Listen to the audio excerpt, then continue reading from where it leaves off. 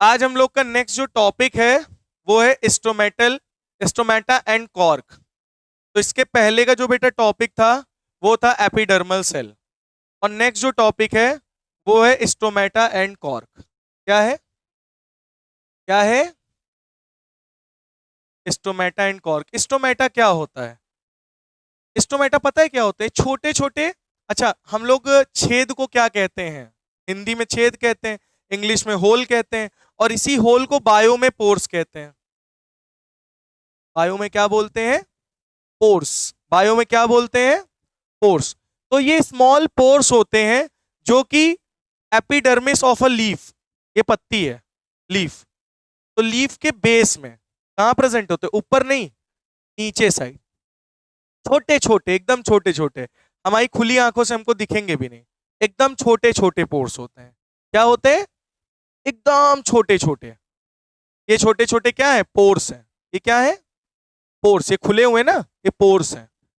ठीक है, इन्हें ही स्टोमेटा कहते हैं। क्या बोलते हैं? और डे टाइम में स्टोमेटा ओपन रहते हैं, नाइट टाइम में क्लोज हो जाते हैं। पूछो क्यों? डे टाइम में गार्ड सेल में पानी भरा रहता है। ये गार्ड सेल है। गार्ड सेल याद आया ना? गार्ड सेल में क्या भर जाता है अंदर? पानी। पानी भरने की वजह से टर्जिड हो जाते हैं और फूल जाते हैं। तो इनका स्टोमेटल पोर क्या हो जाता है? ओपन। और रात में इनका पानी वाटर उड़ जाता है। वाटर क्या हो गया? लॉस। तो ये फ्लैक्सिड होके ऐसे क्लोज हो जाता है। जैसे बैलून में नहीं पानी भर दो एकदम टर्जिड हो जाता है, फूल जाता है। ओ भैया, इधर सुन लो, कुछ बता रहे हैं। ठीक है, बात समझ में आ गई?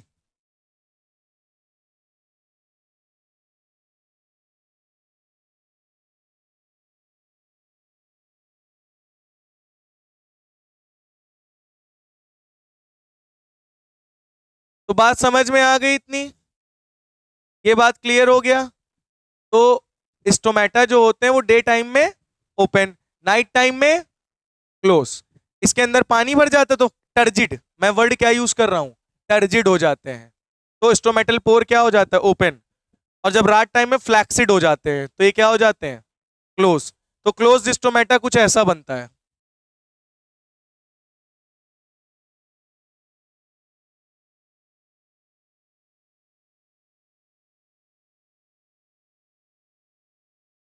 ये क्लोज स्टोमेटा है। ठीक है, ये क्या है? और ये सब्सिडरी सेल्स हैं। क्या है? फिर बाहर तो पता ही होगा क्या होगा, है ना? Epidermal cells. चलो, तो बेटा ये बताओ, एक क्वेश्चन पूछा जाता है, ये स्टोमेटा किस प्लांट्स में प्रेजेंट होते हैं? हाँ, ये डाइकोटिलेडन प्लांट्स में, ये नॉर्मली जो हमारे बाहर प्रेजेंट है इसमें प्रेजेंट होते हैं। ऐसे ऐसा कौन सा पेड़ है जिसके स्टोमेटा डे टाइम में क्लोज रहते हैं और नाइट टाइम में ओपन रहते हैं?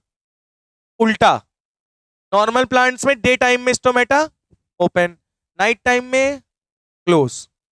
ऐसे कौन से प्लांट्स हैं जिसमें डे टाइम में क्लोज रहते हैं स्टोमेटा? Desert plant. कौन से प्लांट? डेजर्ट। डेजर्ट खाने वाला नहीं। डेजर्ट प्लांट को हम लोग कहते हैं जीरोफाइट्स। क्या बोलते हैं? जीरोफाइट्स। क्या बोलते हैं? Xerophytes plant. ये डेजर्ट प्लांट, जैसे कैक्टस, ये अब वहां पे राजस्थान में कैक्टस होते हैं, है ना? कैक्टस में डेजर्ट प्लांट। तो उस डेजर्ट, अब गर्मी बहुत ज्यादा पड़ रही है, अगर स्टोमेटा खुले होंगे तो पानी उड़ नहीं जाएगा। तो इसीलिए डे टाइम में अपना स्टोमेटा क्या रखते हैं? क्लोज। और नाइट टाइम में ओपन करते हैं। नाइट टाइम में ये ओपन करते हैं। बात समझ में आ गई? इससे उल्टा केस है। ऐसे नॉर्मल प्लांट्स में डे टाइम में ओपन होता है और नाइट टाइम में क्लोज। बात समझ में आ गई सभी बच्चों को? क्लियर हो गया? तो स्टोमेटा क्या होता है? Small pores which can be seen and there in epidermis of leaf. Stomata are enclose by two kidney shape. तो स्टोमेटा किससे बना है? दो बीन शेप या किडनी शेप स्ट्रक्चर से, जिन्हें हम गार्ड सेल कहते हैं। इन्हें हम क्या कहते हैं? Guard cell. They are necessary. इनका काम क्या है? गैसेस को एक्सचेंज करना। अच्छा, स्टोमेटा डे टाइम में ओपन रहेंगे तो फोटोसिंथेसिस करना है तो CO2 एब्जॉर्ब करनी होगी। तो वो CO2 कहां से अंदर लेंगे? स्टोमेटल पोर से। इसी पोर से CO2 एब्जॉर्ब करेंगे। और O2 बाहर निकलेगी। कहां से निकलेगी? यही स्टोमेटल पोर से O2 बाहर निकलेगी। बात कुछ समझ में आ रही है? तो गैसेस एक्सचेंज किसके द्वारा प्लांट्स करते हैं? स्टोमेटल पोर के द्वारा। और साथ ही साथ ट्रांसपिरेशन भी किसके द्वारा करते हैं? स्टोमेटा के द्वारा, स्टोमेटल पोर के द्वारा। अब ये पोर खुला रहेगा तो धूप पड़ेगी तो अंदर से पानी, वाटर वेपर लॉस नहीं हो जाएगा? वाटर वेपर्स के फॉर्म में क्या हो जाएगा? इसी प्रोसेस को कल क्या बताया था? ट्रांसपिरेशन। याद आया? Loss of water from the aerial part of the plant. तो पत्तियों से ही तो पानी लॉस होता है। किससे लॉस होता है? लीफ से। तो ट्रांसपिरेशन होता है। ट्रांसपिरेशन की definition, loss of water in the form of water vapour also takes place through stomata. किसके द्वारा होता है पानी लॉस? पेड़ का पानी किसके द्वारा उड़ रहा है? स्टोमेटा। किसके द्वारा? अच्छा, जैसे हम लोग अपने अंदर के पानी की बात करें, हम लोग पानी पीते हैं, है ना? ठंडी में देखा होगा हम लोग को वॉशरूम बार बार जाना पड़ता है यूरिनेशन के लिए, लेकिन गर्मी में यूरिनेशन हमको बहुत 1-2 बार दिन में चले गए बहुत है। पता है क्यों? क्योंकि ठंडी में हमारे पसीना नहीं निकलता, तो हमारा पानी अंदर ही कलेक्ट है, यूरिन के फॉर्म में ही निकलेगा। एक ही जरिया ही है, एक ही जरिया है निकलने का, यूरिनेशन के द्वारा। पसीने के हमारे स्किन पे भी छोटे छोटे पोर हैं, स्वेट पोर्स। अब गर्मी में क्या होता है? स्वेटिंग होती है, पसीने में पानी भी तो निकल रहा है, तो ज्यादातर पानी तो पसीने से ही निकल गया, तो यूरिनेशन क्या खाक जाएंगे? पानी बचा ही नहीं। कुछ कुछ लोगों को तो डिहाइड्रेशन हो जाता है, शरीर में सूखा पड़ जाता है, तो फिर रिहाइड्रेशन के लिए जाते हैं, वीगो चढ़वाते हैं, ग्लूकोज चढ़ता है। देखे होगे ना?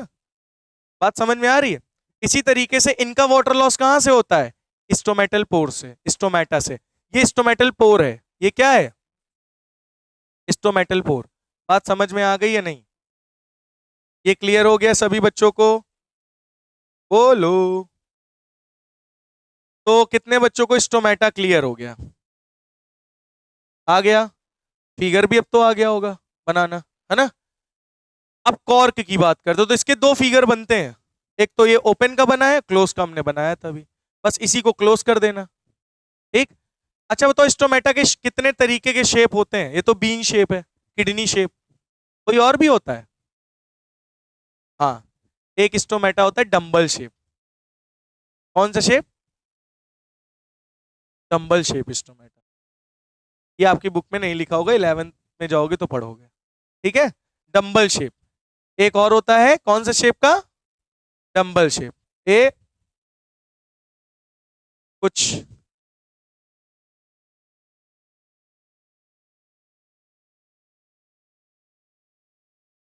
ये डंबल शेप है, कुत्ते की हड्डी मत समझना।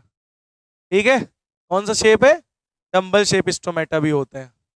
ठीक है, चलो अच्छा, अब हम किसकी कहानी पढ़ाने जा रहे हैं? कॉर्क। पहले बताओ, स्टोमेटा क्लियर हो गया सभी बच्चों को? कंफर्म? बहुत बढ़िया। कॉर्क क्या होते हैं? Cells of cork. कॉर्क के सेल्स जो होते हैं वो डेड होते हैं, कॉम्पैक्टली अरेंज होते हैं। कॉम्पैक्ट मतलब समझते हो? एकदम पास पास, नजदीक नजदीक, एकदम चिपके हुए। जैसे ईंटें, दीवार में ईंटें नहीं कॉम्पैक्टली अरेंज करते हैं, तो कोई आपको स्पेस दिख रहा है इसके बीच, दीवार के बीच में? नहीं, मतलब इसके अंदर की ईंटें क्या है? कॉम्पैक्टली अरेंज है, उनके बीच में बिल्कुल भी जगह नहीं है। और ये सारे सेल कैसे हैं? Dead cell.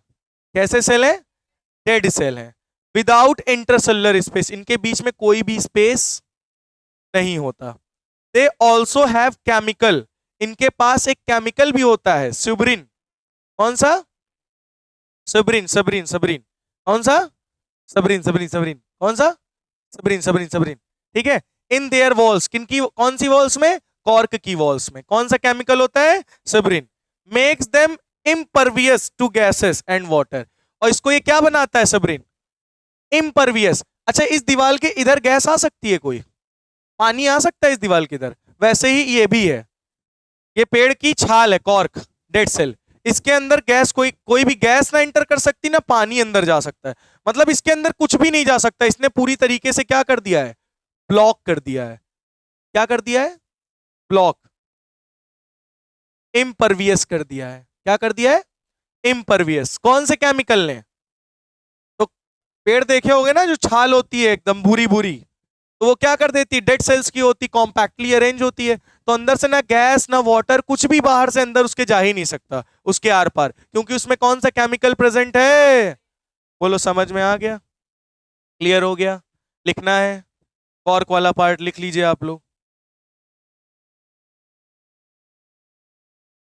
चलो, तो नेक्स्ट टॉपिक है कॉम्प्लेक्स परमानेंट टिश्यू। तो हम लोगों ने सिंपल पढ़ लिया, हो गया। अब कौन सा पार्ट आता है? कॉम्प्लेक्स। कॉम्प्लेक्स परमानेंट टिश्यू जो होते हैं are made of more than one type of cells. मतलब कॉम्प्लेक्स हम किन्हें कहते हैं? अच्छा, सिंपल और कॉम्प्लेक्स में डिफरेंस जानते हो? सिंपल का मतलब क्या होता है? जो एक चीज से मिलकर बनी हो। और कॉम्प्लेक्स का मतलब जो बहुत सारी चीजों से मिलकर बनी हो। हम लोग जो मम्मी सब्जी बना के घर पे देती हैं वो कॉम्प्लेक्स होती है, सिंपल? कॉम्प्लेक्स होती है। कितनी सारी चीजें मिलाती है, मसाला, नमक, तरह तरह के मसाला, धनिया, हल्दी, फलाना एंड ढमकाना, है ना?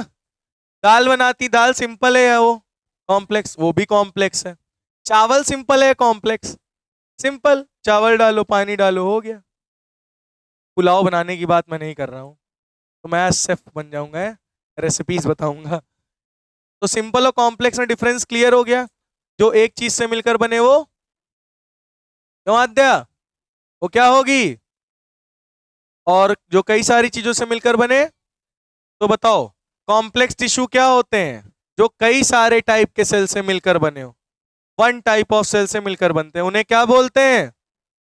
कॉम्प्लेक्स। तो दो होते हैं, xylem and phloem. These are the examples of complex permanent tissue. These are the examples of complex permanent tissue. They are both conducting tissue. ये दोनों ही कंडक्टिंग टिश्यू हैं। ये दोनों ही कैसे टिश्यू हैं? कंडक्टिंग का मतलब समझते हो? कंडक्टिंग का मतलब ट्रांसपोर्ट करते हैं। क्या ट्रांसपोर्ट करते हैं? Water, minerals and food. Water, minerals and food. Water, minerals and food. चलो एक बात पूछते हैं, हमको एक बात बताओ। ये है लीफ, ये है लीफ के वेन्स। क्या हुआ? क्या हुआ? मारो जुखाम छे, नीचे घर है। तो ये धूप पड़ी, धूप क्या पड़ी? धूप। ओ समझ गए ना? तो धूप पड़ेगी तो क्या होगा सार्थक भाई? जादू। मतलब इसमें क्या बनेगा? फोटोसिंथेसिस। क्या होगी? Photo photo Sen synthesis. क्या बनेगा? होगा फोटोसिंथेसिस, बनेगा क्या? ग्लूकोज। क्या बनेगा? बन गया ग्लूकोज। तो खाना बना किस फॉर्म में? ग्लूकोज। अच्छा, कुछ खाने को तो ये यूज कर लेगा, अब जो एक्स्ट्रा बच जाएगा उसको ये स्टोर करेगा। स्टोर किस फॉर्म में करेगा? ग्लूकोज के फॉर्म में। वेरी गुड, स्टार्च के फॉर्म। फूड इसके अंदर स्टोर किस फॉर्म में होता है? चलो अच्छा ठीक है, स्टार्च के फॉर्म में स्टोर हो गया। अब मान लो इसको इस पत्ती से दूसरी पत्ती में भेजना है खाना, तो स्टार्च के फॉर्म में ही भेजेगी? नहीं, मतलब कुछ अनदर फॉर्म में भेजेगी। तो ट्रांसपोर्ट किस फॉर्म में करेगी? ट्रांसपोर्ट किस फॉर्म में करेगी? सुक्रोज। कौन सा फॉर्म में? सुक्रोज। SUCROSE। तू तो गया बेटे। समझ में आई बात? नीम याद आ गई। सुक्रोज किससे बनेगा?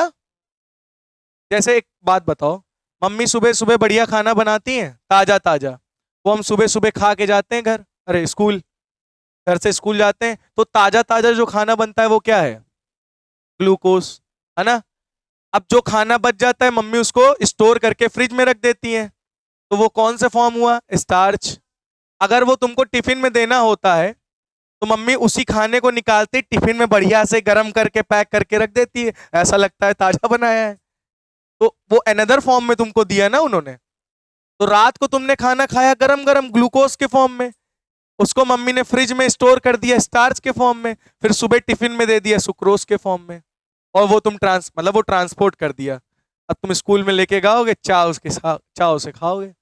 अच्छा होगा तो, बैगन होगा तो भाई दोस्त तू खाएगा, चिली पनीर होगी तो अरे मैं ही खाऊंगा। समझ में आ गई बात? तो अच्छा ये बताओ हम लोग के अंदर क्या होता है फिर? हम लोग के अंदर ग्लूकोज के फॉर्म में रहता है, फूड बनता है, जो भी है जाता है, स्टोर किस फॉर्म में होता है?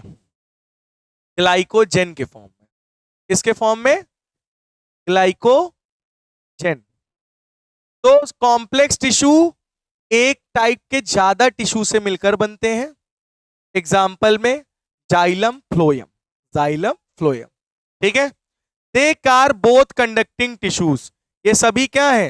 ये दोनों ही क्या है? Conducting tissue, conducting tissue.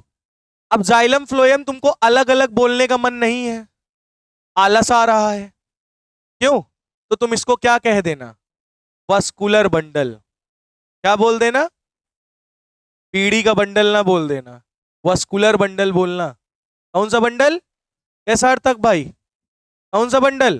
त्रिशूल? कौन सा बंडल? अबे आवाज नहीं निकल रही क्या?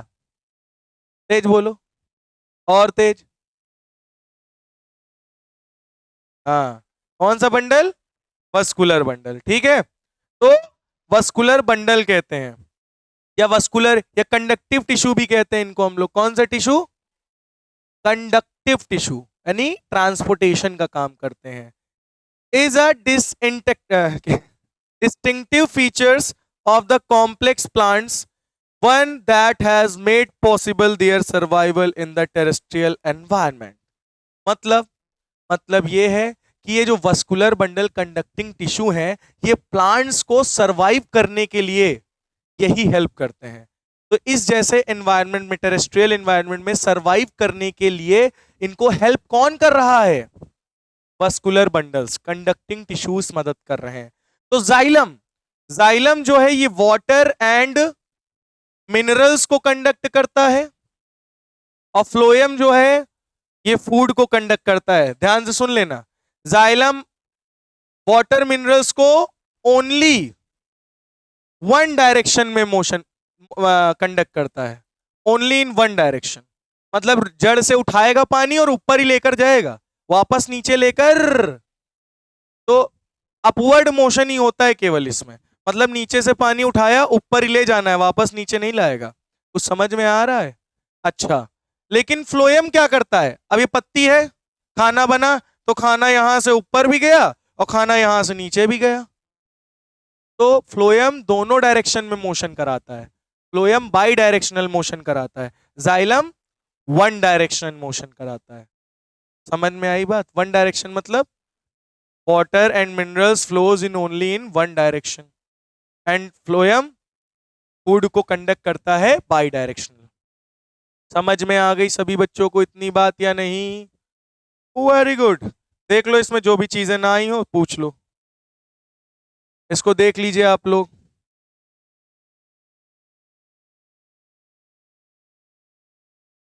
देख लीजिए, जो भी नोट करना हो नोट कर लीजिए।